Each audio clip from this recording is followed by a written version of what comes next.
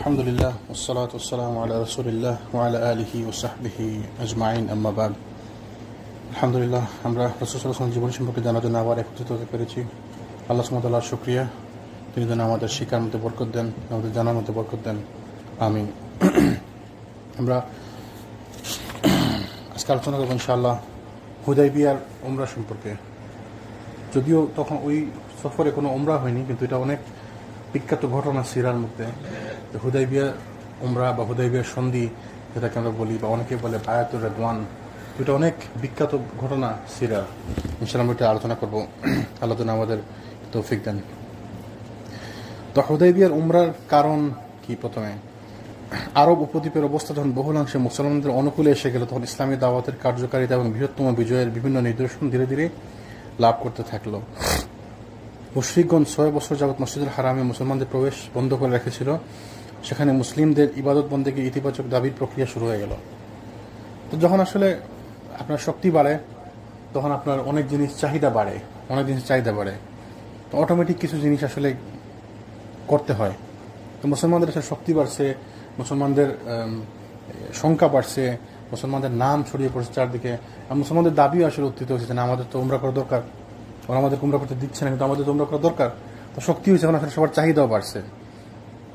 যেমন আমাদের যখন আমরা এই মসজিদটা নিচ্ছিলাম, তখন ছোটো মসজিদ আমাদের জায়গা হয়েছে আলহামদুলিল্লাহ। এখন আমাদের লোক বাড়তেছে, আমাদের চাহিদা বাড়ছে, আমাদের বড় মসজিদ দরকার, তাই না? তো এটা আসলে দাবি, সময়ের দাবি। তো সময়ের দাবিতে অনেক কিছু আলহামদুলিল্লাহ লাগে। তো এই হুদাইবিয়ার উমরাটা ছিল আসলে সময়ের দাবি। মুসলমানদের সংখ্যা বাড়ছে, শক্তি বাড়ছে, আধিক্য বাড়ছে, এখন নাম ডাক চারদিকে ছড়িয়ে পড়ছে, মানুষজন মুসলমানদেরকে একটা শক্তি মনে করতেছে। এখন তাহলে আমরা কেন উমরা করতে যাবো না? ওরা আমাদেরকে না করলে আমরা যাবো না, উমরা করতে যাবো না। তো এই জন্য মুসলমানরা হুদাইবিয়ার উমরার ছিল এটা কারণ একটি। রাসূল সাল্লাল্লাহু আলাইহি ওয়াসাল্লামকে স্বপ্নযোগে দেখানো হলো তিনি এবং তার সাহাবীগণ মসজিদুল হারামে প্রবেশ লাভ করতেছেন।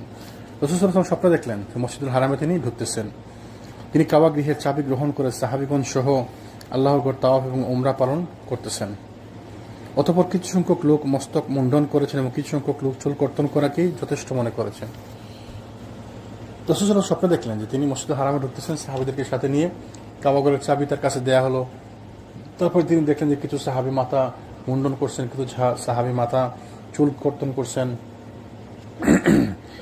রাসূল সাল্লাল্লাহু আলাইহি ওয়াসাল্লাম যখন সাহাবীগণকে স্বপ্ন সম্পর্কে অবহিত করলেন, তখন তারা বড়ই আনন্দিত হন। তখন তিনি যখন সবাইকে জানালেন, বললেন, সবাই আসলে খুব আনন্দিত হলো আলহামদুলিল্লাহ, যে মানে এটা খুশি খবর। এর ফলে তারা এটাও ধারণা করতে থাকেন যে আল্লাহর রহমতে শীঘ্রই তারা মক্কায় প্রবেশাধিকার লাভ করবেন। যখন রাসূল তাদেরকে স্বপ্ন বললেন, তখন আসলে খুশির খবর। মানে তাহলে রাসূল যখন স্বপ্ন দেখছেন, তাহলে নিশ্চয়ই আল্লাহ আমাদেরকে মক্কার ব্যবস্থা করে দিবেন, আবার তা আবার মক্কা আমাদের অনুকূলে আসবে আলহামদুলিল্লাহ। রাসূল সাল্লাল্লাহু আলাইহি ওয়াসাল্লাম সাহাবীগণকে এই কথা বললেন যে তিনি উমরা পালনের সিদ্ধান্ত নিয়েছেন, মনস্থ করেছেন, এবং এর প্রেক্ষিতে সাহাবীগণ সফরের প্রস্তুতি গ্রহণ করতে থাকলেন। তা আসলে রাসূল সাল্লাল্লাহু আলাইহি ওয়াসাল্লামের স্বপ্নের প্রেক্ষিতে আসলে তিনি উমরা পালনের সিদ্ধান্ত নেন। রাসূল সাল্লাল্লাহু আলাইহি ওয়াসাল্লাম স্বপ্ন দেখছেন উমরা পালন করবেন, তো এটা আল্লাহর পক্ষ থেকে নির্দেশ, তাই না? তাহলে যদি আজকে আমি আপনি স্বপ্ন দেখি যে আমাকে উমরা করতেছি, তো এটা কি আল্লাহর পক্ষ থেকে নির্দেশ? কি মনে করেন? না, মুসলমানদের সবার স্বপ্ন ওহী না, শুধুমাত্র নবী রাসূলদের স্বপ্ন হচ্ছে ওহী। বাকি মুসলমানদের স্বপ্ন সত্য হইতে পারে, মিথ্যা হইতে পারে, আবার নিজের মানে স্বপ্ন 3 রকমের হয়। একটা হচ্ছে আল্লাহর পক্ষ থেকে আসে ভালো সংবাদ স্বপ্ন, যেটা একটা হচ্ছে যেটা শয়তানের পক্ষ থেকে আসে খারাপ, যেটা মানুষ দেখে ভয় পায়, স্ক্যারি।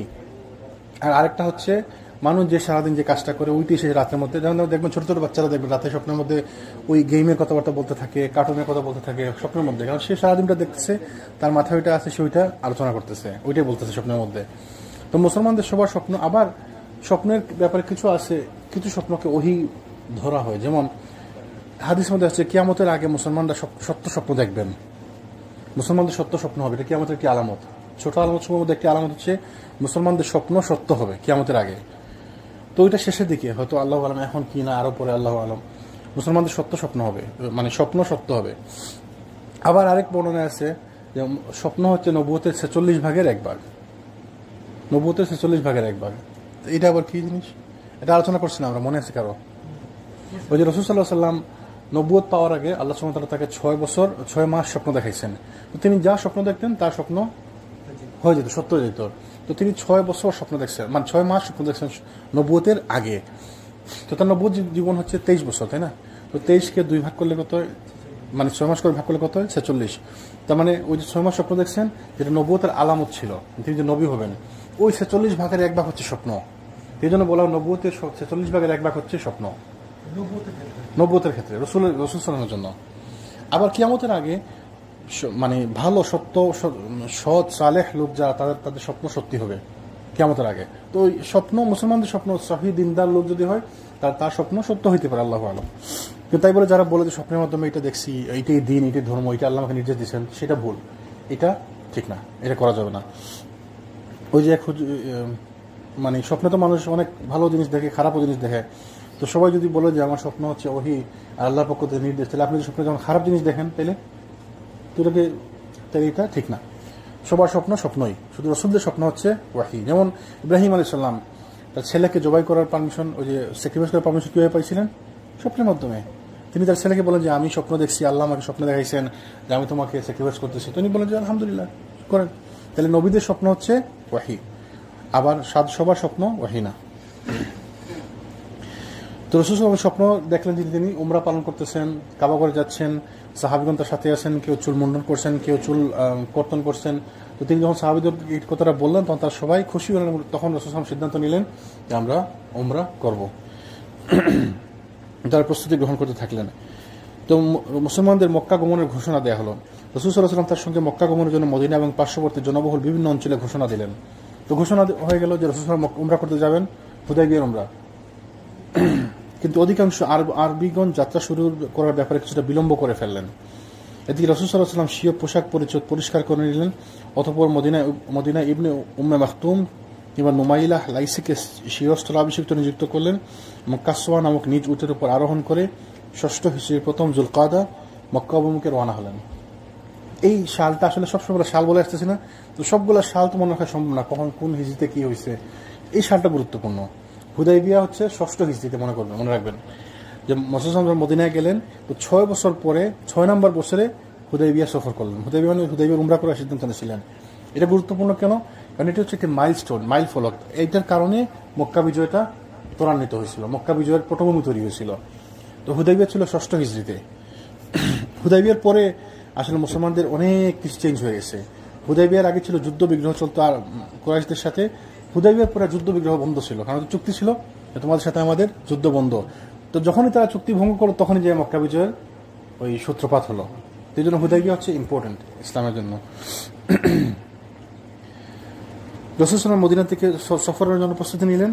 তার সফর যখন রওনা দিবেন, তখন তিনি আব্দুল্লাহ ইবনে উম্মে মাখতুম অথবা অন্য বর্ণনায় নুমাইলা বিন লাইসিকে তিনি মদিনার দায়িত্ব দিয়ে তিনি রওনা দিলেন। তার উটের নাম ছিল কাসওয়া।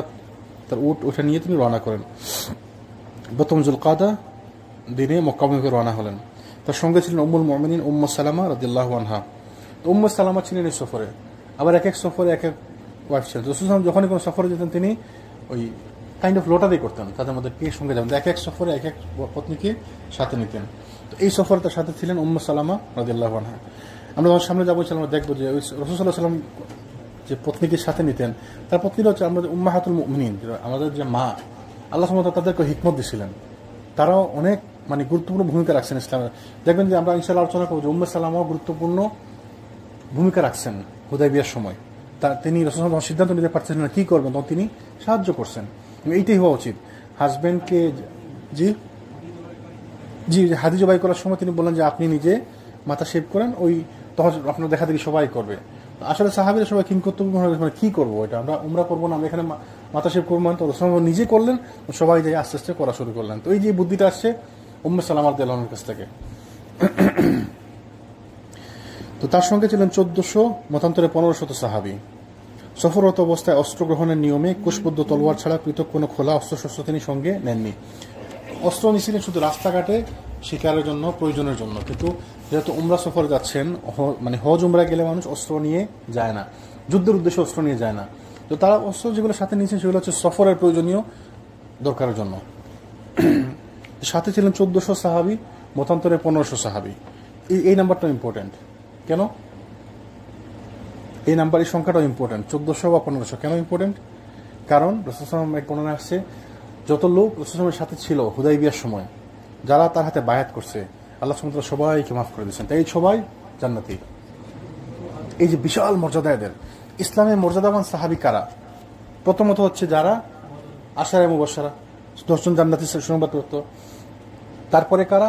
বদরি সাহাবী, যারা যারা বদরে অংশগ্রহণ করছে, এদের মর্যাদা বিশাল মর্যাদা, একদম A+। তারপরে কারা? যারা ওই যে বায়াতের দোয়ানে যারা অংশগ্রহণ করছে, হুদাইবিয়া সন্ধির সময় যারা তার হাতে হাত রেখে বায়াত করছে, এই 1400 সাহাবী বা 1500 সাহাবী মতান্তরে, যারা হচ্ছে পরের ক্যাটাগরি, এদের মর্যাদা হচ্ছে এরকম।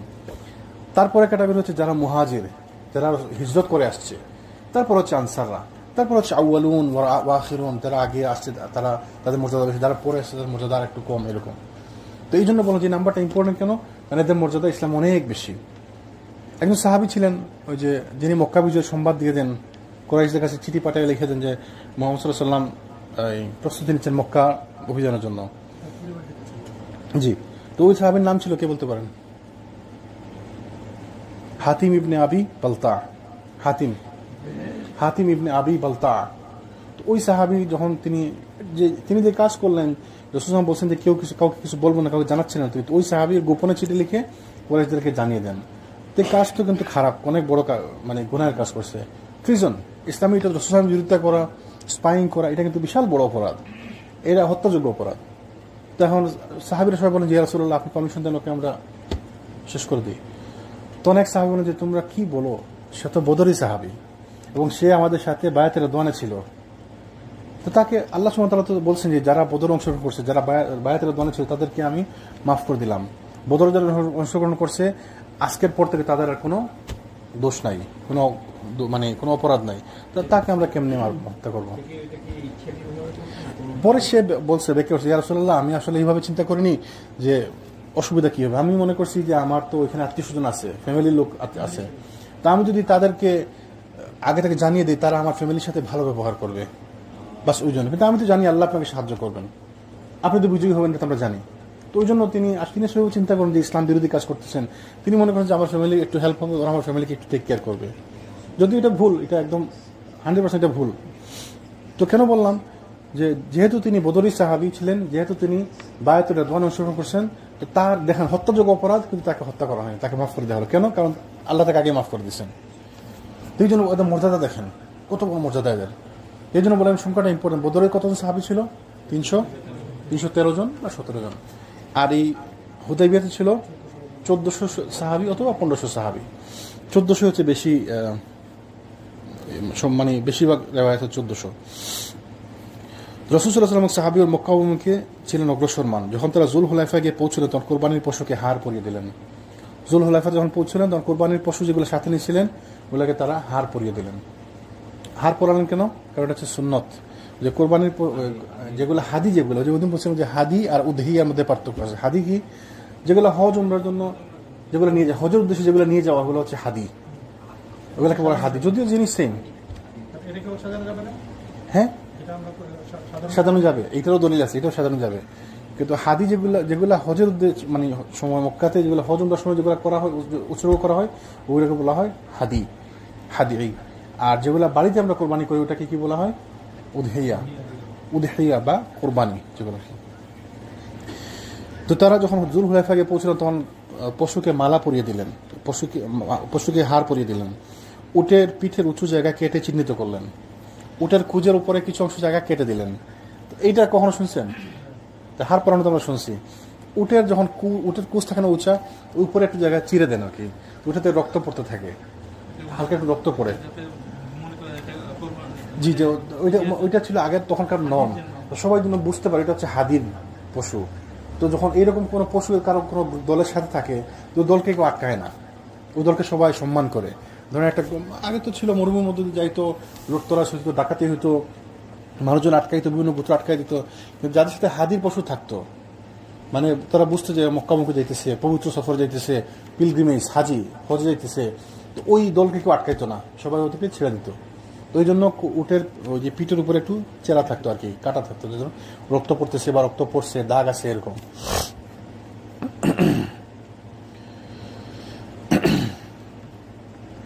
তো তারপর তারা উমরার জন্য ইহরাম বাঁধলেন। তো ওইখান থেকে ইহরাম বাঁধলেন কেন? যুলহুলাইফা থেকে? এটা মিকাত, মদিনা থেকে আসার পথে মিকাত। আপনি মদিনা গেছিলেন? মদিনা থেকে আসার পর তোমরা করছেন না? কোন জায়গায় করছেন?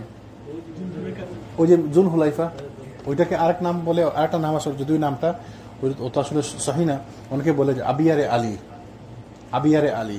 তো মদিনা থেকে বের হওয়ার পরে ধরেন আই থিঙ্ক 10-11 কিলোমিটার, মানে একদম বেশি 10-15 মিনিট লাগে আর কি। 10-11 কিলোমিটার পরে ওইটা হচ্ছে জুল হুলাইফা। ওইখানে সুন্দর ব্যবস্থা আছে না, মসজিদ, আপনি গোসল টোসল করলেন, এহরামের কাপড় বাঁধলেন, 2 রাকাত নামাজ পড়লেন, গায়ের মধ্যে আতর মাখলেন, 2 রাকাত নামাজ পড়লেন, তারপরে যখন গাড়িতে উঠে রওনা দিবেন তখন আপনি এহরামের নিয়ত করলেন বা ওই যে তালবিয়া পড়া শুরু করলেন। জুল হুলাইফা থেকে তারা এহরাম বাঁধলেন। তো জুল হুলাইফা তো হচ্ছে মদিনা থেকে 10 কিলোমিটার পরে, বেশি কোনো 10 মিনিট মাত্র। তো চাইলে ওনারা মদিনা থেকে করে আসতে পারতেন না? মদিনা থেকে করে আসার সমস্যা, ধরুন আমরা যখন মদিনাতে গেলাম, মদিনা থেকে আসার পথে তো 10 কিলোমিটার পরে যখন থামবো, 10 মিনিট পরে থামবো, তাহলে এখন বাসা থেকে সুন্দর করে একটু সেজে গুজে রেডি রওনা দিই, হবে না? হবে না। কেন হবে না? কারণ রাসূল সাল্লাল্লাহু আলাইহি ওয়াসাল্লাম তো ওইখান থেকেই করছে। ওই যে একজন প্রশ্ন করছিল, এই প্রশ্ন যখন করছিল ইমাম মালিক রাহিমাহুল্লাহকে, যে আমরা যদি জুল হুলাইফা থেকে যে আমরা ইহরাম বাঁধি, তো এর থেকে তো দামি জায়গা হচ্ছে মদিনা, রাসূল সাল্লাল্লাহু আলাইহি ওয়াসাল্লামের বাসস্থান, এখান থেকে থাকতেন, তার শহর, তো আমরা আমি এখান থেকে বাঁধবো।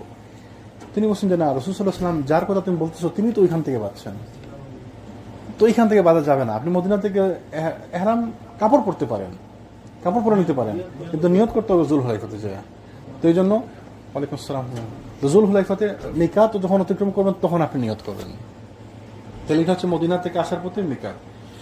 এইটা সবথেকে বিজি মিকাত হচ্ছে, এইটাই সবথেকে বিজি মিকাত এটা, কারণ বেশিরভাগ লোক তো মদিনা থেকে আসে, সবচেয়ে দূরেও ওইটা, অলমোস্ট মক্কা থেকে 400-450 কিলোমিটার দূরে। তারপর তারা এখান থেকে ইহরাম বাঁধলেন। তার প্রত্যক্ষ উদ্দেশ্য ছিল লোকেরা যেন নিশ্চিন্ত থাকে যে তিনি যুদ্ধ করবেন না। ইহরাম বাঁধার একটা কারণ হচ্ছে সবাই দেখলে বুঝলো যে ইহরামের কাপড় পরা, তারা তো যুদ্ধের জন্য আসেনি। তো এত বড় নাহলে 1400 লোক কিন্তু বিশাল বড় বাহিনী, এরা যদি একদিকে যায় তো মানুষ যুদ্ধের জন্য আসতেছে ভয় পেয়ে যাবে, বা এরা যুদ্ধ করতে আসবে, যুদ্ধ করতে লেগে যাবে। তো যুদ্ধের জন্য আসি না, এটা হচ্ছে প্রমাণ যে ওমরাও মানে ইহরাম বেঁধে নিলেন। কুরাইশদের খবর সংগ্রহের জন্য রাসূল সাল্লাল্লাহু আলাইহি ওয়াসাল্লাম খুজা গোত্রের সম্প্রদায়ের এক গোয়েন্দাকে প্রেরণ করলেন অগ্রভাগে, একজনকে সামনে সামনে পাঠিয়ে দিলেন আগে আগে খবর সংগ্রহের জন্য। রাসূল সাল্লাল্লাহু আলাইহি ওয়াসাল্লাম দলবল সহ উসফান নামক স্থানে যখন পৌঁছলেন তখন এক গোয়েন্দা ফিরে এসে তাকে অবহিত করলেন যে মুসলমানদের সঙ্গে মুখোমুখি যুদ্ধ করার জন্য কাব বিন লুআই সাহায্যকারী মিত্র গোত্রকে সংঘবদ্ধ করেছে এবং আরও সৈন্য সংগ্রহ করার চেষ্টা করছে। সে আপনার সঙ্গে যুদ্ধ করার এবং আল্লাহর ঘর থেকে আপনাকে বিরত রাখার ব্যাপারে প্রতিজ্ঞাবদ্ধ হয়েছে। তো রাসূল সাল্লাল্লাহু আলাইহি ওয়াসাল্লাম যখন ওই সাহাবী গোয়েন্দা এসে খবর দিলেন যে সামনে একদল লোক আটকানোর জন্য মুসলমানদেরকে,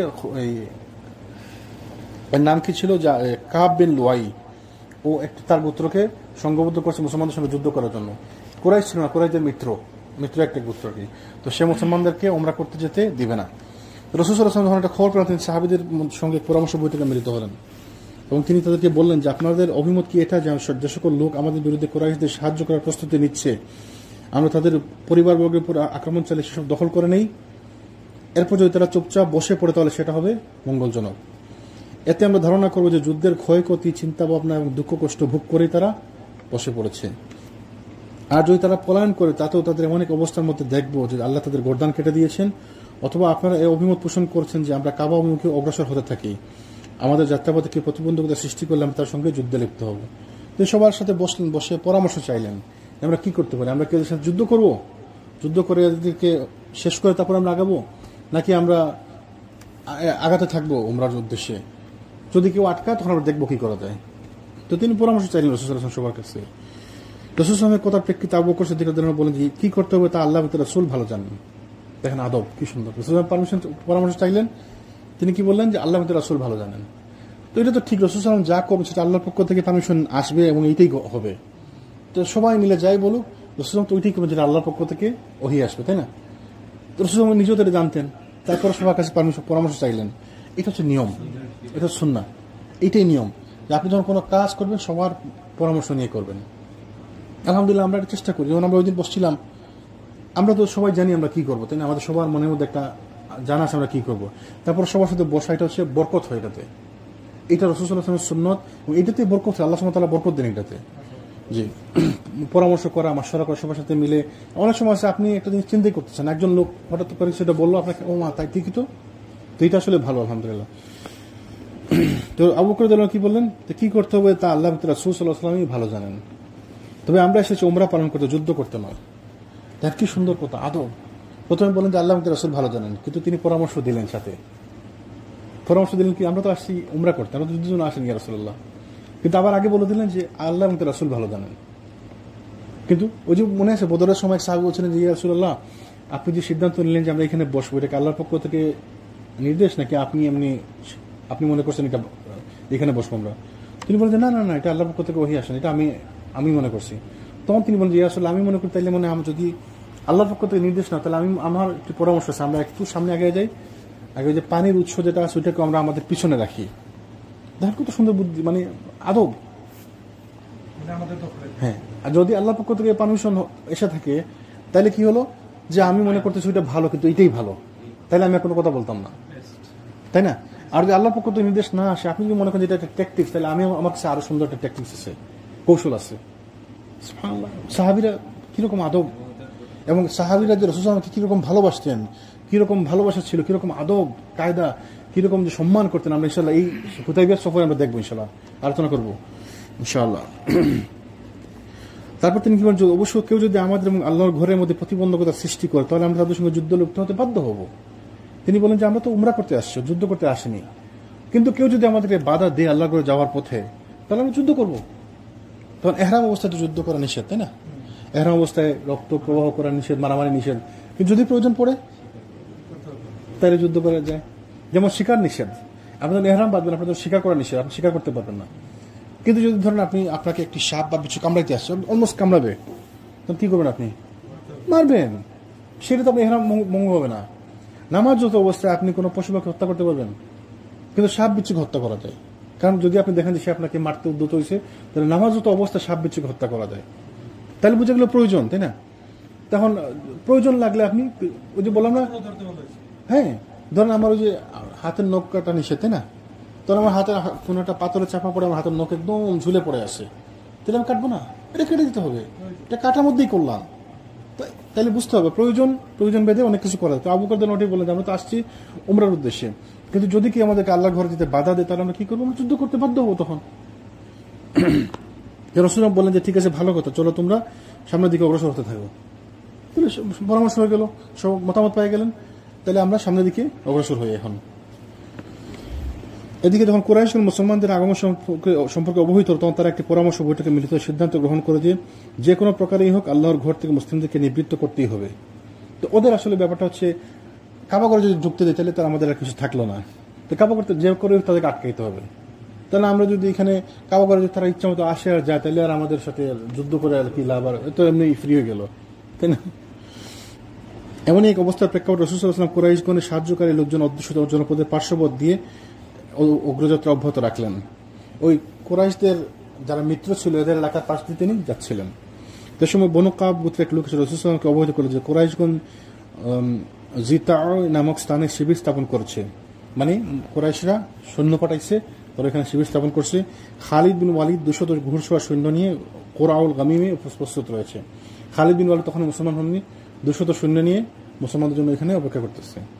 খালিদ বিন ওয়ালিদ, তো খালিদ বিন ওয়ালিদ আসলে মুসলমান হয়েছেন তারপরে, হুদাইবিয়ারও কিছুদিন পরে, আই থিঙ্ক বছর 2 বছর পরে, জি সপ্তম হিজরি। তো খালিদ বিন ওয়ালিদ আসলে কোন যুদ্ধে হারেননি, পরাজিত হননি। আল্লাহ সুবহানাহু ওয়া তাআলা তাকে ওই নন মুসলিম যখন ছিলেন তখন তার সম্মানকে আল্লাহ অব্যাহত রাখছেন, তার সম্মানকে আল্লাহ বলবৎ রাখছিলেন। দেখেন যখনই খালিদ বিন ওয়ালিদ কোন যুদ্ধে গেছেন, ওই যুদ্ধ হয়নি, অথবা সামহাও তিনি যুদ্ধে হারেননি। তো মুসলমানদের সঙ্গে যুদ্ধ, তো ওই সমস্ত যুদ্ধগুলো আল্লাহ মানে এমনভাবে সমাধান হয়েছে যে যুদ্ধ করা লাগে। যেমন যে খন্দকের যুদ্ধে আসছেন খালিদ বিন ওয়ালিদ, তো খন্দকের যুদ্ধ তো হলো না, যুদ্ধ তো হয়ই নাই, কিছুদিন তারা সিজ অবস্থা ছিল, মুসলমানরা এই পাশে, কুরাইশরা ওই পাশে। তারপরে তারা থাকার পরে বিরক্ত হয়ে 20-21 দিন পর তারা চলেই গেল। তো এইভাবে যেমন দেখেন আপনার যুদ্ধ, উহুদের যুদ্ধ আনডিসাইডেড, কিন্তু খালিদ বিন ওয়ালিদ কিন্তু অনেক সুনাম কামাইছে উহুদ যুদ্ধে। তারপরে ছোট ছোট যেমন এই যে যুদ্ধ, খালিদ বিন ওয়ালিদ 200 সৈন্য নিয়ে আসছে, কিন্তু এখানে মুসলমানদের সাথে মুখোমুখি কোনো যুদ্ধ হয়নি। তো আল্লাহ আসলে তার সম্মানকে বলবৎ রাখছিলেন, তিনি কোনোদিন কোনো যুদ্ধে হারাননি খালিদ বিন ওয়ালিদ। তো কোরাউল গামিম হচ্ছে মক্কা যাওয়ার পথে মধ্যস্থল এবং যাতায়াতের মহাসড়কের উপর অবস্থিত। ওই মক্কা যাওয়ার যে রাস্তা, ওই রাস্তার উপর তিনি অবস্থান নিলেন, মুসলমানদেরকে আটকাবেন। খালিদ মুসলমানদেরকে বাধা দেওয়ার চেষ্টা করলো। খালিদ এমন এক স্থানে ঘোড়সওয়ারদের মোতায়েন করলো যেখান থেকে উভয় দলই পরস্পরকে দেখতে পাচ্ছিল। তো জোহর সালাতের সময় খালিদ প্রত্যক্ষ করলো যে মুসলমানগণ সালাতের মধ্যে রুকু সিজদা করছে। ধ্যান কি শার্প, কিরকম শার্প, মানে আল্লাহ সুবহানাহু ওয়া তাআলা যাকে নিয়ামত দেন কিরকম শার্প। তিনি ওই অবস্থান করছেন তো এইখানে, মুসলমানরা এইখানে, কুরাইশ এইখানে, তারা তো দেখছেন একজন আরেক দলকে। তো মুসলমানরা যখন জোহরের সময় হলো, জোহরের সালাত পড়তেছেন, খালিদ বিন ওয়ালিদ প্রত্যক্ষ করতেছেন, খেয়াল করতেছেন এরা কি করে। দেখলেন যে একটা সময় আছে সবাই মিলে একসাথে রুকুতে যায়, সবাই মিলে একসাথে সেজদাতে যায়। তো তার মাথায় আসলো তার এটাই সময়, যখন সবাই মিলে একসাথে সেজদাতে যাবে তখন এদেরকে আক্রমণ করবো। দেখ কি বুদ্ধি তার, এই সাধারণ ব্যাপার না কিন্তু, এটা খেয়াল করছেন ট্যাকটিক্স, এবং তিনি লক্ষ্য করছেন এবং মানে জিনিসটা খেয়াল করছেন তিনি যে এরা এই অবস্থায় ওই সময় তারা সবাই একসাথে সিজদাতে যায়। এবং তিনি লক্ষ্য করলেন যে মুসলমানদের সালাতের মধ্যে রুকু সিজদা করছে, এতে তার ধারণা হল যে সালাতের মধ্যে যখন তারা বহির্জগৎ সম্পর্কে গাফিল অবস্থায় থাকে তখন আক্রমণ চালালে সহজেই তাদের পরাভূত করা সম্ভব হতে পারে। তো তিনি দেখলেন যে তারা সালাত যখন পড়তেছে তখন তারা দুনিয়ার কোনো খবরই নেই, সবাই আমাদের মতো না। আমরা তো সালাত অবস্থায় আমাদের সবই চলে, সালাত অবস্থায় আমাদের বাইরের জিনিস বেশি বেশি মনে হয়, এবং সালাত অবস্থায় আমাদের হিসাব কিতাব খুব মনে হয়। সালাদ যখন পড়তেছে তখন দেখবেন হে আমি ওই কার্ডটা তো ভুল লাগাইলাম, সালাতের মধ্যে এটা মনে হয়। সালাদ যখন পড়তেছে তখন দেখবেন আচ্ছা ওই কাস্টমারটা তো আমাকে টাকা কম দিল, ওটা তোমার টাকা ওই সালাদ পড়ার সময় এটা মনে হয়। ওই সমস্ত সমস্যা আমাদের সালাতের মধ্যে মনে হয়। আর সাহাবীরা সালাদ পড়তেন, ওই যে বলছিল যে আপনি আজকে 3 ডাকাত পড়ছেন, বা 3 ডাকাত সারা মসজিদে কে বুঝলেন, আপনি কেমনে বুঝলেন? আমি তো প্রতিদিন 4টা দোকান হিসাব করি, এক টাকা থেকে দোকান হিসাব করি, আজকে 3টা হিসাব করতে পারছি। আমাদের অবস্থা আসলে এরকম, নামাজ সালাতের মধ্যে বসলে আমাদের দুনিয়া যত। আর ওই যে সাহাবী এরকম ছিল, বলছিলাম না, ওই সাহাবীর নাম মনে আছে কারো? তীর ঢুকছিল, সাহাবীর নাম মনে আছে কারো? ওই সাহাবীর নাম মনে আছে, ওই যে তীর ঢুকছিল নামাজত অবস্থায়, পরে তাড়াতাড়ি করে তিনি সালাত শেষ করলেন যখন দ্বিতীয় তীর ঢুকলো। না না না, ওই আলী রাদিয়াল্লাহু আনহু হাদিসটা একটু দুর্বল। আরেকটা হাদিস আছে যখন আলী রাদিয়াল্লাহু আনহুর পায়ে তীর ঢুকছিল, এটা আবার বিখ্যাত হাদিস, কিন্তু দুর্বল, মানে দঈফ হাদিস।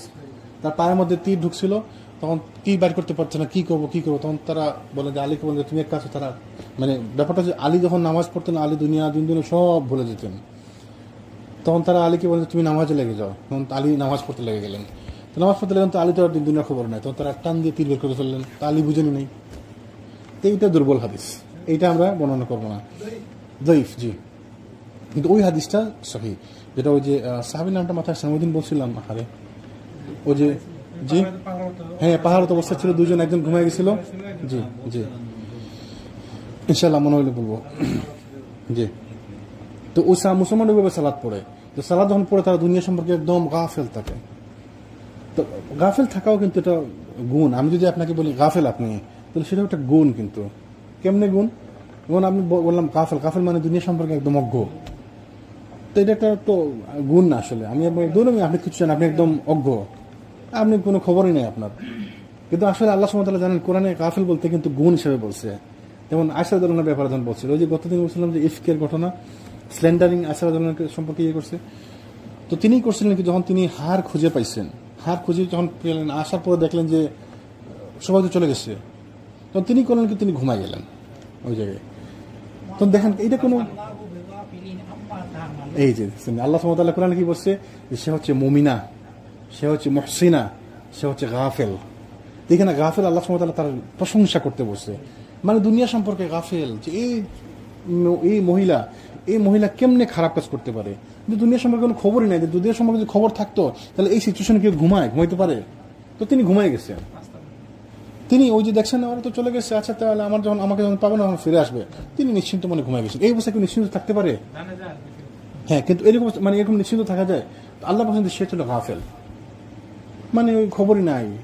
আসলে ভালো লোক তো, মানে ভালো মহিলা, তার দুনিয়া সম্পর্কে খবর নেই, আল্লাহ এটাকে কোরআনে গুণ সম্পর্কে বলছে। তো পরে যখন এসে ওই সাহাবী তাকে ঘুম ভাঙালেন, তো কি ইন্না লিল্লাহি ওয়া ইন্না ইলাইহি রাজিউন পড়লেন, তখন তার ঘুম ভাঙলো, তখন তিনি কিন্তু ঘুমাইতেছেন। এইটা কিন্তু ভালো গুণ হিসেবে আল্লাহ সুবহানাহু ওয়া তাআলা কোরআনে বলছেন, সুবহানাল্লাহ। তো মুসলমানরা যখন নামাজ পড়ে দুনিয়া সম্পর্কে গাফেল থাকে, তো আমরা দুনিয়া সম্পর্কে গাফেল হইতে চাই যখন প্রয়োজন, তাই না? এটা আমাদের দরকার। আর দুনিয়া সম্পর্কে নামাজের মধ্যে যদি আমরা ওয়াকিফাল থাকি তাহলে তো সমস্যা। নামাজও পড়তেছি আর ওই সময় যদি দুনিয়া সম্পর্কে আমরা সচেতন থাকি তাহলে তো সমস্যা। ওই আমাদের সাহাবীদের মতোই হইতে হবে। তো তিনি কি করলেন, চিন্তা করলেন যে তাহলে তাদেরকে ওই সময় আক্রমণ করলে তাদের পরাভূত করা সম্ভব হবে। তার ধারণার প্রেক্ষিতে সে স্থির করলো যে আসর সালাতের সময় তার বাহিনী সে আকস্মিকভাবে তাদের উপর আক্রমণ চালাবে। জোহরের সময় দেখলেন, প্রত্যক্ষ করলেন, যে খেয়াল করলেন যে কি করা হয়, তাহলে ঠিক আছে পরবর্তী সালাত যখন পড়বে তখন তাদেরকে আক্রমণ করবে আসরের সময়। কিন্তু আল্লাহ সুবহানাহু ওয়া তাআলা সেই সময় কি করলেন, সালাতুল খাউফ নিয়ম নাযিল করলেন। সালাতুল খাউফের নিয়ম তখন আল্লাহ সুবহানাহু ওয়া তাআলা রাসূল সাল্লাল্লাহু আলাইহি ওয়াসাল্লামকে জানিয়ে দিলেন। ওই যে ভোরের সালাত ওই সময় এক রাকাত করে, তখন সবাই সালাত অর্ধেক লোক সালাত পড়তেছে, রাসূল সাল্লাল্লাহু আলাইহি ওয়াসাল্লাম যখন এক রাকাত পড়লেন, এক রাকাত পরে তিনি উঠার আগে বসে পড়লেন। বলছিলাম না, মনে আছে? তিনি এক রাকাত পরে যখন উঠবেন না, তো উঠার আগে তিনি বসে গেলেন। আর ওই সাহাবীর যারা সাথে ছিল তারা উঠে বাকি এক রাকাত পরে তারা সালাম ফিরিয়ে চলে গেল। আর যারা পাহাড় দিচ্ছিল অর্ধেক লোক, তখন এরা চলে গেল, এরা এসে প্রথম এক রাকাত পড়লো, পরে রাসূল তাদের সাথে তাদেরকে নিয়ে দ্বিতীয় রাকাত পড়লেন, দ্বিতীয় রাকাত পরে সালাম ফিরলেন। ধর আল্লাহ সুবহানাহু ওয়া তাআলা কখন প্রয়োজন বেঁধে যখন প্রয়োজন তখন সালাত নাযিল করে দিলেন, ওই নিয়ম নাযিল করে দিলেন। ওই যুদ্ধে ওই সময় সালাতুল খাউফ নাযিল হলো। সুবহানাল্লাহ। যদি এটা নাযিল না হতো তাহলে কি হতো? খালিদ বিন ওয়ালিদ আক্রমণ করতো। তো ওই যে বলে না, আল্লাহ সুবহানাহু কোরআনে বলছেন না, তারা আল্লাহর দিনকে মুখের ফুৎকার নিভিয়ে দিতে চায়, কিন্তু এটা কি সম্ভব? আল্লাহর দিন আল্লাহ হেফাজত করবেন, আল্লাহর দিন আল্লাহ হেফাজত করবেন। সুবহানাল্লাহ। দেখেন ওই সময় আল্লাহ সুবহানাহু ওয়া তাআলা খাউফের সালাত নাযিল করে দিলেন। যুদ্ধ অবস্থায় বিশেষ সালাত যেটা, ওইটা আয়াত নাযিল করলেন। ফলে খালিদের সেই সুযোগ লাভ সম্ভব হলো না। তখন অর্ধেক লোক পাহাড় দিচ্ছে, 1400 অর্ধেক 700 লোককে পাহাড় দিয়ে তিনি 200 লোক নিয়ে আর কি আক্রমণ করা যায়? তো তিনি আর ওটা করতে পারলেন না। তো রাসূল যখন দেখলেন যে খালিদ বিন ওয়ালিদ সামনে পাহাড় যাইতে দিচ্ছে না, তখন তিনি তো যুদ্ধ করার জন্য তারা আসেনি, তখন তিনি করলেন কি, রাস্তা পরিবর্তন করে ফেললেন, অন্য রাস্তা দিয়ে রওনা দিলেন। তিনি যখন কোরাউল গামিমের প্রধান পথ পরিহার করে আঁকাবাঁকা অন্য এক পথ ধরে অগ্রসর হতে থাকলেন। এই পথটি ছিল একটি পাহাড়ি পথ। প্রধান সড়কটি বাম পাশে রেখে ডান দিকে ঘুরে হামজের মধ্য দিয়ে অগ্রসর এমন পথ ধরলেন যে পথ সানিয়াতুল মুরারের উপর দিয়ে চলে গেছে। সানিয়াতুল মুরার হতে হুদাইবিয়াতে নেমেছে। ওই দিক থেকে ঘুরে ওই প্রধান সড়ক থেকে নেমে একটু ঘোরাফিরে করে আঁকাবাঁকা পথে এসে হুদাইবিয়া নামক স্থানে এসে, হুদাইবিয়া যখন এখন যেটা হুদাইবিয়া, ওই হুদাইবিয়াতে এসে থামলেন। হুদাইবিয়া আবার একটা আছে, ইতিহাস না, হুদাইবিয়া হচ্ছে একটা বাউন্ডারি। ওই যে মক্কা থেকে যে হারামের বাউন্ডারি আছে না, চারদিকে 4টা বাউন্ডারি আছে, তার মধ্যে একটা হচ্ছে হুদাইবিয়া। হুদাইবিয়া এলাকা যেটা, ওই হুদাইবিয়া হচ্ছে বাউন্ডারি। এর হুদাইবিয়ার পর থেকে হারাম পর্যন্ত আবার হারামের বাউন্ডারি, মানে এলাকাটা হারাম। হুদাইবিয়ার পরের থেকে হচ্ছে হারাম শেষ, ওইদিকে হারামের বাউন্ডারি না। ওই যে 1 সালাত 1 লক্ষ সালাত, ওটা হুদাইবিয়া পর্যন্ত একদিকে, আরেকদিকে বাউন্ডারি বলেন না, হারামের বাউন্ডারি কতটুকু?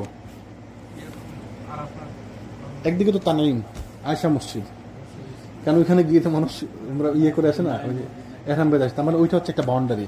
হারামের বাউন্ডারির বাইরে যাইয়া এহরাম বেঁধে আসে, ভুল শুদ্ধ তো পরের হিসাব। তো যারাই করে ওই হারামের বাউন্ডারি বাইরে, এটা যদি মক্কা হয়, একদিকে হচ্ছে তানঈম, ওইটা হচ্ছে 5-6 কিলোমিটার দূরে, আর একদিকে হচ্ছে আরাফা। আরাফা হচ্ছে বাউন্ডারি। তো আরাফার মধ্যে, আরাফা কিন্তু হারামের বাইরে, আর ওই আরাফার কিছু না, মানে একদম শেষ থেকে। মিনা তো মক্কার মধ্যে, মুজদালিফাও হারামের মধ্যে। মুজদালিফার শেষ আর আরাফার শুরু, ওই জায়গাটা হচ্ছে হারামের বাউন্ডারি। আরাফার কিছু জায়গা, আরাফা কিছু না, মসজিদের নামিরা কিছু জায়গা পাইছে, মসজিদের নামিরাকে এক্সটেনশন করে কিছু জায়গা চলে আসছে হারামের ভিতরে। জি, তো ওই একদিকে হচ্ছে আরাফা হচ্ছে মক্কা থেকে 14 কিলোমিটার দূরে, তার এদিকে তার মানে বড়, তাই না? আরেকদিকে হচ্ছে এই হুদাইবিয়া, ওই হুদাইবিয়া হচ্ছে 11 কিলোমিটার দূরে মক্কা থেকে। তাহলে এটা আরেকটা বাউন্ডারি হচ্ছে হুদাইবিয়া। আরেকটা বাউন্ডারি আছে জিয়ারানা, অনেকে ওইখানেও মসজিদ আছে, ওই হারামের জন্য ওইখান থেকে অনেকে এহরাম বেঁধে আসে, ওই দিক থেকে যারা আসে আর কি, মক্কার লোক যারা ওইদিকে যারা থাকে তারা জিয়ারানাতে গিয়ে জিয়ারানা থেকে এহরাম বেঁধে আসে। তো 4টা বাউন্ডারি, জিয়ারানা হচ্ছে 9 কিলোমিটার, এটা হচ্ছে হুদাইবিয়া হচ্ছে 11 কিলোমিটার, আরাফা হচ্ছে 14 কিলোমিটার, আর তানঈম হচ্ছে 6 কিলোমিটার। এই হচ্ছে মোটামুটি হারামের বাউন্ডারি। তো এই বাউন্ডারির মধ্যে যারা নামাজ পড়বে, সালাত আদায় করবে, এক সালাতে 1 লক্ষ রাকাত সালাতের সওয়াব। আমরা অনেকে বলি 1 রাকাত সালাতে 1 লক্ষ রাকাতের সওয়াব, এই কথাটা আসলে ঠিক না। সালাত কি 1 রাকাত হয় নাকি? তাহলে যেন এক সালাত মানে যে 2 রাকাত পড়ুক, 2 রাকাত, যদি কেউ বিতির পরে 1 রাকাত তাহলে সেটা 1 রাকাত। তো এক সালাতে 1 লক্ষ রাকাত, 1 লক্ষ সালাতের সওয়াব, 1 লক্ষ গুণ বেশি সওয়াব। তো হুদাইবিয়াতে এসে ওইখানে তিনি শিবির স্থাপন করলেন রাসূল সাল্লাল্লাহু আলাইহি ওয়াসাল্লাম। হুদাইবিয়া হচ্ছে মক্কা নিম্ন অঞ্চলে অবস্থিত। পরিবর্তিত পথ ধরে অগ্রসর হওয়ার সুবিধা হলো কুরাউল গামীমের যে প্রধান সড়ক যে তানঈম হতে হারাম শরীফ পর্যন্ত গেছে, সেখানে খালিদ বিন ওয়ালিদের সৈন্যবাহিনী মোতায়েন ছিল, তাকে বামে রেখে এগিয়ে যাওয়ার ফলে সংঘর্ষের ঝুঁকিটা এড়িয়ে যাওয়া সম্ভব ছিল। তো মুসলিমদের পথ চলার ফলে বাতাসে যে ধুলোবালির আভাস প্রকাশ পাচ্ছিল তা প্রত্যক্ষ করে খালিদের অনুধাবন করতে সক্ষম হলেন, তারা পথ পরিবর্তন করেছে। তো এটা তো দেখতেছেই, মানে ওইদিকে যাইতেছে, দূর থেকে দেখলেন যে ধুলোবালি উঠতেছে, তো বুঝলেন তো মুসলমান ওইদিকেই গেছে, ওইদিকে যাইতেছে। তখন সে পরিবর্তিত পরিস্থিতি সম্পর্কে কুরাইশগণকে অবহিত করার জন্য তার ঘোড়াকে যতটুকু সম্ভব উত্তেজিত করলো এবং অত্যন্ত ক্ষিপ্র গতিতে মক্কা অভিমুখে ছুটে আসলো, মানে পরামর্শের জন্য যে কী করা যায় এখন। এদিকে রাসূল সাল্লাল্লাহু আলাইহি ওয়াসাল্লাম সফর অব্যাহত রাখলেন এবং যখন সানিয়াতুল মুরার এসে পৌঁছলেন তখন উট বসে পড়লো, তখন তার উটটি বসে পড়লো। ওই যে কাসওয়া, ওটার নাম কি ছিল? কাসওয়া বসে পড়লো। এই কাসওয়া উট রাসূলের নাম করা একটি উট ছিল। রাসূলের এই উটের নামটা বিখ্যাত কেন? এই কাসওয়ার কারণে রাসূল মসজিদে নববী কোন জায়গায় হবে সেটা, ওই কাসওয়া জায়গায় বসে পড়ছিল, ওইটাই ছিল কাসওয়া। আল্লাহ রাসূল বলছেন যে তাকে আল্লাহর পক্ষ থেকে জানিয়ে দেওয়া হয়েছে। এবং কাসওয়াকে যেখানে বসছে, প্রথমে যেখানে বসছিল মদিনাতে যাওয়ার পরে, ওই জায়গায় ছিল ওই মসজিদুল হারামের মসজিদ নববীর এলাকা, যে ওইখানে মসজিদ নববী হবে। তারপর উঠে আরেক জায়গায় বসলো, বলেন যে এইটা হবে আমার বাড়ি। তো ওই রাসূল কি বলেছেন যে তাকে জানিয়ে দেওয়া হয়েছিল, মানে কাসওয়াকে জানিয়ে দেওয়া হয়েছিল।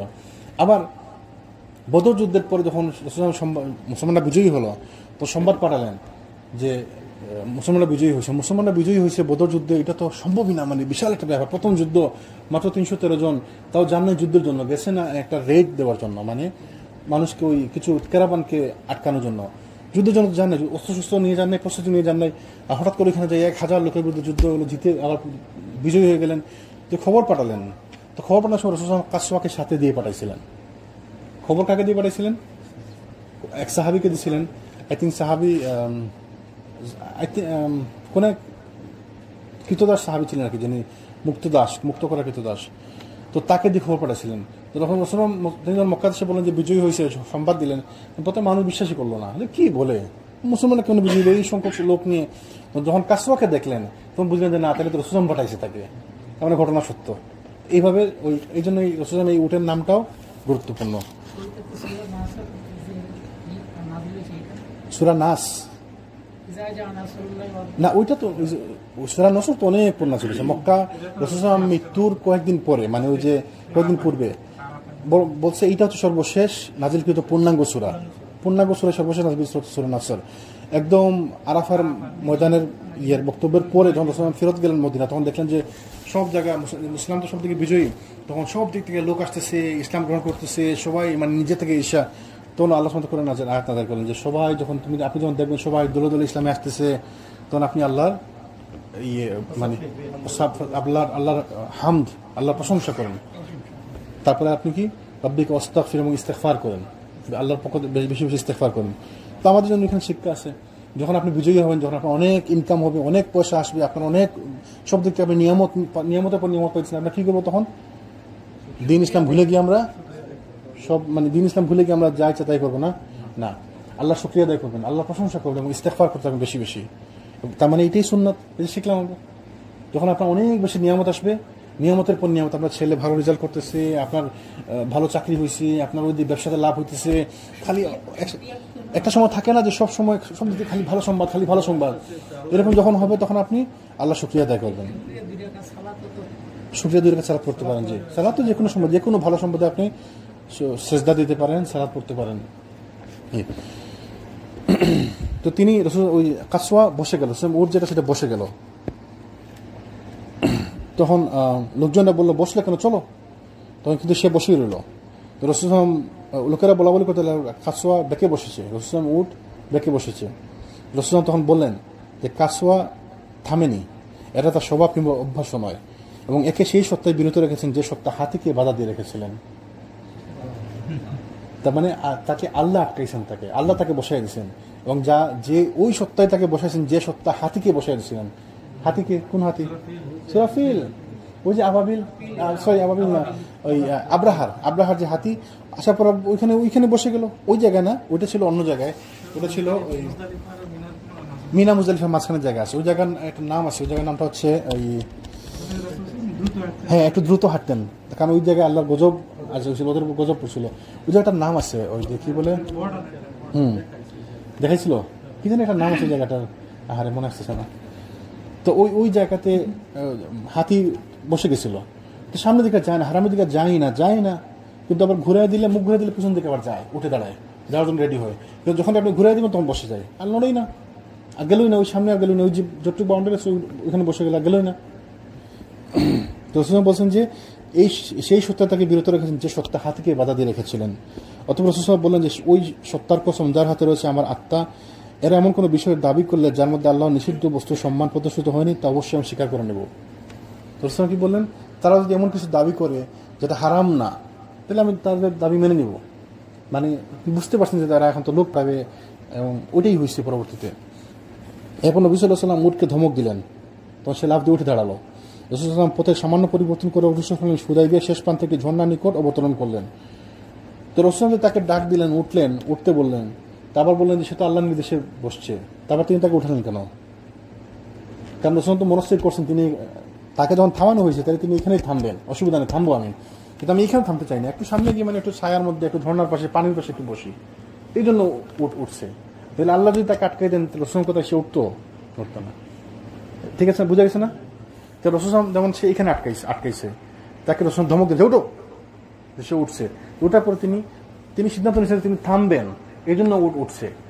তো ওঠার পরে একটু ওইখানে গিয়ে একটু ঝর্ণার পাশে, যেখানে একটু সুবিধা মতো মানে কনভেনিয়েন্স স্থানে গিয়ে একটু বসলেন। তো সেখানে সামান্য পরিমাণ পানি ছিল এবং লোকেরা তা অল্প করে তা নিচ্ছিলেন। কাজে কিছুক্ষণের মধ্যে পানি শেষ হয়ে গেল পানি। ওই ঝর্ণার পানি একটু ছিল, ওই সমস্ত এলাকাতে ঝর্ণা, মরুভূমিতে কিসের ঝর্ণা না, যে পানি একটু ছিল ওই শেষ হয়ে গেল সাথে সাথে।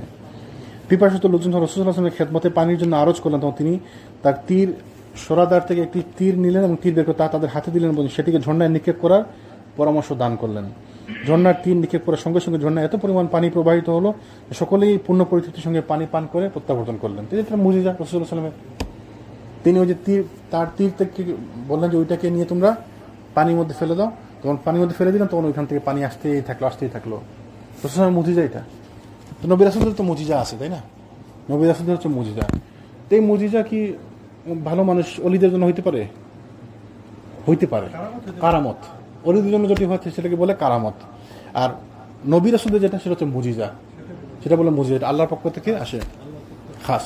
কারামতও আছে, অলিদের কারামত। অলিরা যেটা মানে অলি মানে কি ওই যে বড় ন্যাংটো হয়ে যে হাঁটে আর চুল বলল নামাজ পড়ে না, গোসল করে না 2 মাস 3 মাসে, অলি। আমাদের দেশে আমরা তাদেরকে অলি বলি, না আমাদের দেশে। কিন্তু আল্লাহর অলি কার? আল্লাহ সুবহানাহু কোরআনে বলে দিয়েছেন, সূরা ইউনূসের মধ্যে আছে, যারা আল্লাহকে ভয় করে এবং যারা আল্লাহর মানে ইবাদত করে, যারা আল্লাহকে ভয় করে, তারা হচ্ছে আলিউল্লাহ, তারা হচ্ছে আল্লাহর অলি। যারা আল্লাহর অলি, আপনিও আল্লাহর অলি, সবাই আল্লাহর অলি। যারা আল্লাহকে ভয় করে এবং যারা আল্লাহর ইবাদত করে, সবাই আল্লাহর অলি। তাইলে আল্লাহর অলি হইতে হলে আলাদা কোনো ডিগ্রি লাগে না। মানে ওই যে 3 মাস গোসল করবো না আর কাপড় চোপড় ছেড়ে দিব, প্যান্ট পরবো না, ওইটা লাগে না। আসলে আল্লাহর অলি হচ্ছে যারা আল্লাহর ইবাদত করে এবং যারা আল্লাহকে ভয় করে, বাস দ্যাটস ইট। তো অলিদের কারামত, ওমর রাদিয়াল্লাহু আনহু অলি ছিলেন, তাই না? অলি ছিলেন না ওমর রাদিয়াল্লাহু আনহু? তো ওমরের কারামত ছিল না, চিঠি পাঠাইছে, নীল নদের পানি প্রবাহিত শুরু হয়ে গেল না, নীল নদের পানি আটকে গেছিল, তো ওমর চিঠি পাঠাইছেন ওমর রাদিয়াল্লাহু আনহু শাসনকালে। ইনশাআল্লাহ আল্লাহ যদি চান তাহলে আমরা এটা শেষ পরে আলোচনা করবো ইনশাআল্লাহ সাহাবীদের জীবনী। অ্যামেজিং। ওই দিন ব্রাদার বেশি বলতেছিল না যে যদি সব সাহাবীর জীবনী নাও পড়েন, অন্তত 2টা জীবনে আমাদেরকে পড়তেই হবে, আবু বকর এবং ওমর। কারণ একটা হাদিসে রাসূল বলছেন যে তোমরা আমার পরে কাদেরকে অনুসরণ করবা, নাম বলে দিয়েছেন আবু বকর এবং ওমরের। রাসূল একটা হাদিসে বলেই দিয়েছেন যে আমার পরে তোমরা কাদেরকে অনুসরণ, তোমাদের আদর্শ কারা, বলছেন নাম ধরে বলেছেন আবু বকর এবং ওমর। না, এক হাদিসে আবু বকর এবং ওমরের নাম বলছে যারা হচ্ছে তোমাদের আদর্শ। তাহলে এদের জীবনে আমাদের পড়তেই হবে।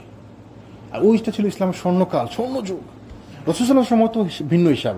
আমরা আল্লাহর পক্ষ থেকে ওহী আসতেছে, সরাসরি আল্লাহর সাথে যোগাযোগ, কোরআন আসতেছে, আপনার ওহী আসতেছে, কন্টিনিউয়াস জিবরাইল আসতেছেন সবসময় যখন কোনো সমস্যা ওহীর মাধ্যমে সমাধান হইতেছে।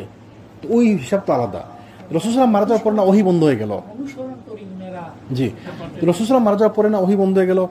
তো যখন আবু বকর এবং ওমর যখন শাসন করছেন, তখন আসলে রিয়েল সমস্যাগুলো সমাধান কেমনে হয়, মানে মানবিক দৃষ্টিকোণ থেকে সমাধান কেমন, ওইটার আসলে আসল পরীক্ষা ছিল তখন। তখন তো রাসূল নাই, আল্লাহর পক্ষ থেকে ওহী আসা রাস্তা বন্ধ। ওই দিন আবু বকর যখন বললেন না যে রাসূলুল্লাহ আপনি আল্লাহ রাসূল ভালো, আল্লাহ আল্লাহ রাসূল ভালো জানেন, এই সমস্ত কথা বলার তো সুযোগ বন্ধ হয়ে গেল তখন। তখন সিদ্ধান্ত নিতে হতো কিভাবে? আবু বকর সিদ্ধান্ত নিতেন যেটা ভালো মনে করতেন, সবার সাথে পরামর্শ করে। তখন আল্লাহ পক্ষ থেকে ওই সময় নাই, ওই সুযোগ আর নাই। তো ওইটা ছিল আমাদের জন্য আসল পরীক্ষা, যে কিভাবে ডিল করতে হবে, আমরা কিভাবে ডিল করবো। রাসূল সাল্লাল্লাহু আলাইহি ওয়াসাল্লামের জীবনী পড়ে আমরা শিখতেছি যে আমাদের জন্য কি করা উচিত। আর আবু বকর এবং ওমরের জীবনী পড়লে আমরা বুঝতে পারবো যে আসলে সিচুয়েশন আসলে আমরা আমাদের প্রেক্ষাপটে আমরা কিভাবে ডিল করবো। যেমন জাকাতের হিসাব, ওমর বলছেন যে না আপনি যুদ্ধ করেন না, আবু বলছেন না যুদ্ধ করবো না, মানে ফরজ বিধান। যারা জাকাত হিসেবে যারা একটা গরুর তো দিত, সাথে গরুর রশিও দিত, এরা রশিও এখনো পর্যন্ত দিতে হবে, এখনো দিতে হবে। তারপরে দেখেন ওই যে যখন পাণ্ডুলিপি, কোরআনের পাণ্ডুলিপি লিখতে চাইলেন, কোরআন লিখতে চাইলেন, তখন কিন্তু সাহেব বলেন যে এটা আপনি করবেন, এটা কি ঠিক করবেন কিনা, রাসূল সাল্লাল্লাহু আলাইহি ওয়াসাল্লাম এটা করেননি, কিন্তু তিনি সিদ্ধান্ত না করবেন। তো ওই যে কিছু জিনিস তখন নিজে থেকে যায় সিদ্ধান্ত নিতে হলো। যেন ওমর রাদিয়াল্লাহু আনহু করলেন কি, সবাইকে বলেন যে তোমরা সবাই মিলে এখন নামাজ পড়ো একসাথে, সবাইকে দিয়ে নামাজ পড়া শুরু করে দিলেন। এই সিদ্ধান্ত নিতে হলো, তখন কিছু সিদ্ধান্ত নিতে হয়। তো ওই জীবনীগুলো পড়লে আমরা জানতে পারবো কিভাবে সিদ্ধান্ত নিতে হয়। রাসূল সাল্লাল্লাহু আলাইহি ওয়াসাল্লামের সময় তো সিদ্ধান্তগুলো আল্লাহর পক্ষ থেকে আসতো। তারপরে আবু বকর ওমরের সময় আসল সময় মানে কিভাবে সিদ্ধান্ত নিতে হয় সেটা আমরা শিখবো। আবু বকর ওমর কেন, ওসমান কেন না, ওসমান আলী কেন না, তো ওই নামগুলো আমরা কেন বলছি, আবু বকর ওমর পর্যন্ত কেন থামলাম আমরা? কারণ রাসূল সাল্লাল্লাহু আলাইহি ওয়াসাল্লাম বলছেন, হাদিস মতো মনে আছে যে কি বলছিলেন, যে ওসমান যখন ওমর যখন জিজ্ঞেস করছিলেন যে তোমরা কে হাদিসগুলো জানো, যে এই ফিতনার হাদিসগুলো কে জানো, সাহাবা বলেন যে আমি জানি। তো বলো, তুমি বলো তো আমাকে ফিতনা সম্পর্কে বলো। বলে আপনার সাথে ফিতনা সম্পর্কে বলতে লাভ নাই, দরকার নেই তো। বলে কেন? বলে কেন আপনার সময় তো কোনো ফিতনা হবে না। মানে কি? বলে রাসূল সাল্লাল্লাহু আলাইহি ওয়াসাল্লাম বলে গেছেন যে ফিতনা এবং ইসলামের মধ্যে দরজা হচ্ছে ওমর। তাহলে ওমর রাদিয়াল্লাহু আনহু যতদিন জীবিত ছিলেন ততদিন ইসলামে কোনো ফিতনা ছিল না, এবং যে ওমর মারা গেছেন তখন যে ফিতনা শুরু হয়েছে। তার মানে ওই আবু বকর এবং ওমরের জীবনী যতক্ষণ জীবিত ছিলেন ততদিন ইসলাম পিওরেস্ট ইসলাম ছিল, একদম পিওরেস্ট ইসলাম ছিল। এরপর থেকে যে ইসলামে ফিতনা ঢুকছে। তো প্রথম ফিতনা শুরু হয়েছে ওমরের মৃত্যু নিয়েই। ওইটাই ছিল ফিতনা। কি ফিতনা? ওসমান রাদিয়াল্লাহু আনহু শাসন করতে লাগলেন, তখন তাকে সবাই চাপ দিতে লাগলো, আপনি ওমরের এই ওটা বিচার করেন না কেন, আগে বিচার করেন পরে আপনি দেশ চালাবেন। ওই যে শুরু হয়ে গেল। তখন ওসমান বিচার করবেন না দেশ চালাবেন? দেশ চালানো দরকার না। ওইদিকে প্রত্যেক ফ্রন্টে যুদ্ধ চলতেছে, ওমর রাদিয়াল্লাহু আনহুর সময় সব জায়গায় যুদ্ধ চলতেছে একবারে। ওই যে সিরিয়াতে যুদ্ধ চলতেছে, ইরাকে যুদ্ধ চলছে, ওই প্যালেস্টাইন যুদ্ধ চলছে, মিশরে যুদ্ধ চলতেছে, সব জায়গায় যত দিকে ইসলামের বাউন্ডারি, সব বাউন্ডারিতে যুদ্ধ চলতেছে। মানে ওমরের সময় পুরো পৃথিবীতে যুদ্ধ চলতেছে, সারা পৃথিবীতে লোক পাঠাইছেন। ওই যে বলে না যে অর্ধ পৃথিবী শাসন করছেন অমর, তো ঠিকই আসলে। কিন্তু অমর এগুলো তো কন্টিনিউ রাখতে হবে। তো ওসমান যখন যে জিনিসটা পাইছেন, তো জ্বলন্ত কয়লা পাইছেন, অমর চালাইছিলেন তো জ্বলন্ত কয়লা, অমর ছিলেন জ্বলন্ত কয়লা। মানে এত কঠিন সম্রাট ছিলেন অমর, কঠিন শাসক ছিলেন। তো হঠাৎ করে ওসমান এটার উত্তরাধিকার পাইছেন, উত্তরাধিকার না মানে ওসমান পাইছেন এটা সিরিয়াল পাইছেন। তো তিনি যখন এসে শুরু করলেন, তো তার সামনে তো বিশাল সমস্যা, এত যুদ্ধ চলছে, আমি কেমনে কি করবো, নাকি এটা দেখে আমি অমরের সব বিচার করবো। তো তিনি সাহাবিদের অন্যান্য সাহাবিরা পরামর্শ দেন যে আচ্ছা এটা থাক, আপনি ওইটা করেন। তো ওইটা থাক, ওইটা করেন বলতে বলতে তখন গ্রুপিং হয়ে গেল, যে সে একদম বললো যে না অমরের হত্যা বিচার করতে হবে, আর দো বললো যে না ওইটা করেন। ওই যে ফিতনা শুরু হয়ে গেল। তা অমরের মৃত্যুটা ছিল একটা ফিতনা। রাসূল বলছিলেন যে, তখন তিনি অমর জিজ্ঞেস করছেন যে তুই দরজা কি খোলা হবে না ভাঙ্গা হবে? তো বলছেন যে না, দরজা ভাঙ্গা হবে। তো ওই ওমরের মৃত্যুর মাধ্যমে ইসলামী ফিতনা ঢুকলো। এই জন্য আমরা বলি যে অমর এবং আবু বকর এবং ওমরের জীবনী পড়তে হবে। কেন? তারা বুঝতে পারবো যে পিওর ইসলাম কেমন ছিল, আবু বকর রাদিয়াল্লাহু আনহু কেমন ছিলেন। ওই যে ওমর বললেন না, ইয়া খলিফাতুল মুসলিমিন, আপনি আমাদের জন্য কি রেখে দিতেছেন? সকালে ফজরের আগে যিনি জানাজা অ্যাটেন্ড করে, সকালে ফজরের আগে যিনি অসুস্থ লোক দেখতে যায়, সকালে ফজরের আগে যিনি দান সাদাকা করে, এ কেমন লোক, যার কথা কোরআনে অসংখ্য আয়াত আল্লাহ তাকে ইন্ডিকেট করছেন, অসংখ্য আয়াত আল্লাহ কোরআনে ইন্ডিকেট করছেন তার ব্যাপারে। গত 3-4 দিন আগে আই থিঙ্ক গতকালকে, মানে এখন তো বাংলাদেশে শনিবার না, বাংলাদেশের শনিবার, এই যে আজকে 3টা গেল না বাংলাদেশ শুক্রবার, শেখ আবু বকর জাকারিয়া হাফিজুল্লাহ একটা বক্তব্য দিচ্ছেন আবু বকরের জীবনের, মানে একটা খুতবা দিচ্ছেন, ইউটিউবে আছে, একটু শুনে দেন। উনি সবগুলা কোরআনের আয়াত নিয়ে আসছে, অনেকগুলো আয়াত বলছে আল্লাহ সুবহানাহু ওয়া তাআলা কিভাবে তার আবু বকরের ব্যাপারে কোরআন ইন্ডিকেট করছেন। আবু বকর নাম দিয়ে বলেন নাই তো, কিন্তু অনেক আয়াতে তার ব্যাপারে ইন্ডিকেট করছেন। তো আবু বকরকে আল্লাহ অনেক সম্মান দিচ্ছেন। আবু বকর রাদিয়াল্লাহু আনহু সম্মানিত, রাসূলুল্লাহ মানে সব থেকে কাছের বন্ধু। তাকে জিজ্ঞেস করছিল যে কাকে আপনি সব থেকে বেশি ভালোবাসেন? বলছে আয়েশা। তারপরে তার আব্বাকে। রাসূলুল্লাহ সব থেকে ভালো বন্ধু। তখন হিজরত করার যখন সিদ্ধান্ত নিলেন, আবু বকরকে এসে বললেন যে তুমি সবাইকে সরিয়ে দাও, আমার একটা কথা আছে। যে কি কথা? যে আল্লাহ তোমাকে পারমিশন দিচ্ছেন হিজরতের। তিনি ইয়া রাসূলুল্লাহ, আমি আপনার সঙ্গে হতে চাই। তা আমরা হলে কি করতাম, হিজরতে যাবেন মানে কোন বিপদে পড়বে, আমি চাইবো কি আমার নামটা যেন না আসে, আচ্ছা উনি যাক আগে, পরে আগে যে উনি সেট লোক তারপরে যাবো, আমি তো এমনি চলি তাই না, একটা কাজ করবেন, আচ্ছা ঠিক আছে ও করুক, দেখি সে কি করে, পরে আমি যাবো। আবু বকর শোনার সাথে বলেন, ইয়া রাসূলুল্লাহ আমি কি আপনার সঙ্গে হতে পারি? তো রাসূল বলেন যে হ্যাঁ অবশ্যই আপনি আমার সঙ্গে, এবং শুধুমাত্র তাকে নিয়ে রওনা দিলেন। কোরআনে আল্লাহ তাআলা তাকে সঙ্গী বলে সম্বোধন করছেন, ওয়া সাহিবিহি, ওই যে ওই গারে সওয়ারের ঘটনায় ক্বাল আলি সাহিবিহি, আল্লাহ সুবহানাহু ওয়া তাআলা কোরআনে তার নাম আবু রাসূলের সঙ্গী হিসাবে তাকে বলে দিলেন। তো আবু বকর সম্মানিত ছিল, তো এই জন্য বললাম যে ওই দুইটা জীবনী আমাদেরকে পড়তে হবে ইনশাআল্লাহ। যারা বলছিলাম যে ঝর্ণায় 3 নিক্ষেপ করার পরে সাথে সাথে ওই উঠতে লাগলো, পানি আসতে লাগলো, সবাই তৃপ্তি করে পানি পান করতে লাগলো। তারপর যখন রাসূলুল্লাহ যখন এখানে করলেন, বসলেন, ক্যাম্প করলেন, তখন কুরাইশ আস্তে আস্তে পাঠানো আরম্ভ করলো, লোক পাঠানো আরম্ভ করলো, সমঝোতার জন্য লোক পাঠানো আরম্ভ করলো। 10 মিনিট আমরা কি আজকে থামবো নাকি? আচ্ছা একটা আলোচনা করি ইনশাল্লাহ। প্রথমে তাকে পাঠালো তার নাম ছিল বুদাইল বিন ওরাকা। বুদাইল না, সোহাইল তো সবার পরে আছে, সোহাইলের মাধ্যমে সমাধান হয়েছে, এর আগ পর্যন্ত কোনো সমাধান হয়নি। অনেক লোক আসছে গেছে, অনেককে পাঠাইছে, রিপ্রেজেন্টেটিভ অনেককে পাঠাইছে কথা বলার জন্য। তো ওরা এসে একটা দেখে যা যখন বলে তো কুরাইশরা মানে না, মানে অনেক ব্যাক এন্ড ফোর্থ আসা করছে, অনেক আসা করছে, আনটিল সোহাইল বিন আমর আসা পর্যন্ত। তো প্রথমে যে আসছিল বুদাইল বিন আরাকা, সে আসে মধ্যস্থতা করার জন্য। রাসূল যখন একটু স্বস্তি বোধ করেন তখন বুদাইল বিন আরাকা বিন খুজাই আপন খুজা গোত্রের কয়েকজন লোক সহ তার খেদমতে উপস্থিত হলেন। কয়েকজন লোক বনু খুজা গোত্রের কয়েকজন লোক তার খেদমতে উপস্থিত হলেন।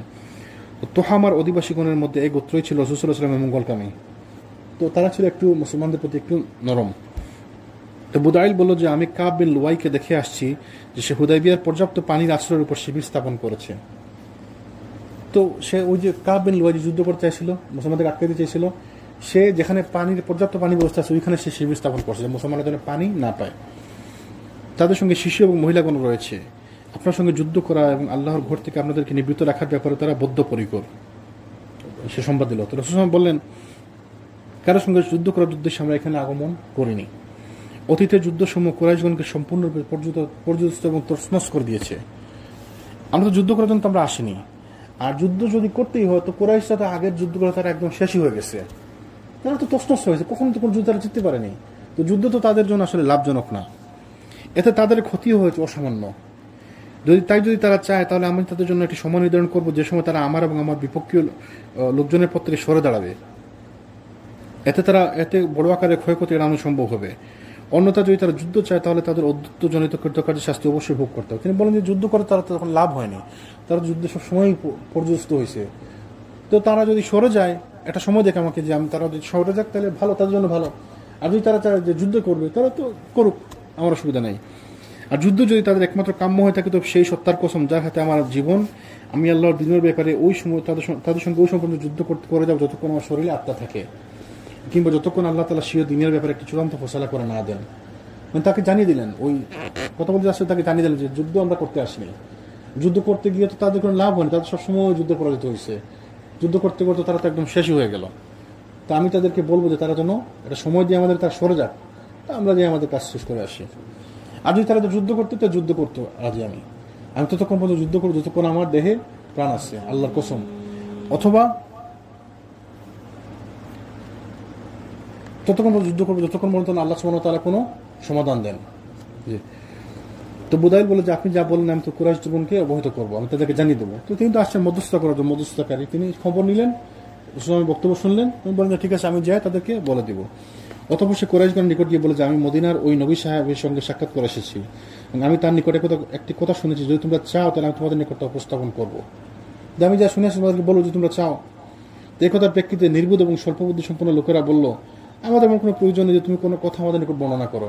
তো কিছু লোক থাকে আসলে ব্যাককল সব জায়গায়, তো এই লোকটাকে একটা বক্তব্য নিয়ে আসছি, শুনলে তো ক্ষতি নাই। তো কিছু ব্যাককল থাকে বলে না আমাদের দরকার নেই। কিছু মাথা লোক থাকে, দেখবেন সবসময় কিছু লোক থাকে মানে উগ্র মেজাজি। আবার ওই যে দেখবেন যখন কোনো ওই সমস্যা হয় না, দেখুন সাধারণ সব জায়গায় দেবেন কোনো রকম সমস্যা, কিন্তু মুরব্বী লোক যারা থাকে দেখুন সব সময় তারা চায় একটু মানে বলে না যে রক্ত গরম এক পার্টি থাকে আর রক্ত নরম এক পার্টি থাকে, মুরব্বী যারা থাকে দেখুন সবসময় সমাধানের পথ খুঁজে, মারামারি না কেমন হয় ওইটা খুঁজে, কেমনে সমঝোতায় যাবো ওইটা খুঁজে প্রথম থেকেই। আর যারা ইয়াং থাকে তারা চায় না মারামারি করবো। আপনি নিশ্চয়ই দেখছেন দেশে যেমন বন্ধু বান্ধব এক এলাকাতে আরেক এলাকায় যেহেতু মারামারি করতো, তখন যারা ইয়াং তারা চাইতো একদম মারামারি করবো, এদেরকে শেষ করে দিব। মুরব্বীরা কেন এটা করতো? কারণ তারা জানে, এক্সপিরিয়েন্স তো, অভিজ্ঞতা, তারা জানে মারামারিতে কিছু হয় না আসলে। আলটিমেটলি তারা পরে যেটাতে যাবে তারা প্রথমে ওইটা চায়। তো কিছু লোক থাকে স্বল্প বুদ্ধি সম্পন্ন ব্যাকের লোক আর কি, তারা বলে যে না আমাদের দরকার নেই, তুমি জানিয়ে আসছো আমাদের শোনার দরকার নেই বাধ্য। কিন্তু যারা বুদ্ধিমান এবং প্রজ্ঞা সম্পন্ন ছিল তারা বললো তুমি তার কাছ থেকে কি শুনেছো তা আমাদেরকে শুনতে দাও, আমাদের জানা, আমাদের অসুবিধা নেই। তো বুদাইলের নিকট রাসূল সাল্লাল্লাহু আলাইহি ওয়াসাল্লাম যে সকল কথা বলছিলেন সে তাদের নিকট তা বর্ণনা করলো। এর প্রেক্ষিতে কুরাইশা মিকরাজ বিন হাফসকে তার নিকট প্রেরণ করলো। তো এটা শোনার পর তারা তো এটা তার প্রথমে কি মেনে নিবে তারা, এটা তো তারা করলো কি তারা আরেকজনকে প্রেরণ করলো, মানে পাল্টা প্রস্তাব দিয়ে আরেকজনকে প্রেরণ করলো। মিকরাজ বিন হাফস তাকে দেখে রাসূল সাল্লাল্লাহু আলাইহি ওয়াসাল্লাম বললেন যে হচ্ছে অঙ্গীকার ভঙ্গকারী, তাকে দেখেই বললেন যে হচ্ছে অঙ্গীকার ভঙ্গকারী। তো কিছু লোক আছে যারা আসলে ওই দেখলেই তাদের প্রতি সম্মান আসে, দেখলেই যাদের প্রতি অসম্মান আসে, কিছু লোক থাকে এরকম। রসুল মধ্যে তারা হচ্ছে অঙ্গীকার ভঙ্গকারী। যখন সে রসুল নিকট অগ্রসর হয়ে আলাপ আলোচনা করলো তখন তিনি তাকে সেই সব কথাই বলে যা বুদাইলের মতো সঙ্গী সাথীদের নিকট বলেছিলেন। অতঃপর সে মক্কা ফিরে এসে কুরাইশকে তার আলাপ আলোচনার বিষয়াদি অবহিত করলো। তো সে যখন গেল তাকে রসুল সেম কথা বলেন, তার নতুন আর কিছু বলার নাই। যারা বলছেন ওই বুদাইলকে তাকেও সেম কথা বলেন, সে মক্কায় ফিরে এসে ওইটা আলোচনা করলো। তো এইভাবে তারা একের পর এক পাঠাতে লাগলো। আমরা ইনশাআল্লাহ আগামী দিন কন্টিনিউ করবো। এরকম অনেককে তারা পাঠাইছে, অনেক নাম করা পরবর্তী সাহাবী হোসেন বা তাদের মধ্যে নেতৃস্থানীয় লোক যারা ছিল, গণ্যমান্য লোক ছিল, এদেরকেও তারা পাঠাইছে। পাঠানোর উদ্দেশ্য কি ছিল? যেন মধ্যস্থতা করা আছে, এটা সমাধানে আসে যে কি করা যায়, এই যে একটা সিচুয়েশন। তো ইনশাআল্লাহ আমরা আগামী দিন আলোচনা করবো যে হুদাইবিয়াতে আমার জন্য অনেক শিক্ষা আছে। ইনশাআল্লাহ আমরা আগামী আরো কয়েকদিন আলোচনা করবো হুদাইবিয়া সম্পর্কে। আল্লাহ যেন আমাদেরকে তৌফিক দেন, আমরা যেন দিন সম্পর্কে শিখতে পারি, রাসূলের জীবনী সম্পর্কে আমরা শিখি, আমরা যেন আমাদের জীবনে ইমপ্লিমেন্ট করতে পারি। আল্লাহ যেন আমাদেরকে তৌফিক দেন। সুবহানাকাল্লাহুম্মা ওয়া বিহামদিকা আশহাদু আল্লা ইলাহা ইল্লা আনতা আস্তাগফিরুকা ওয়া আতুবু ইলাইক।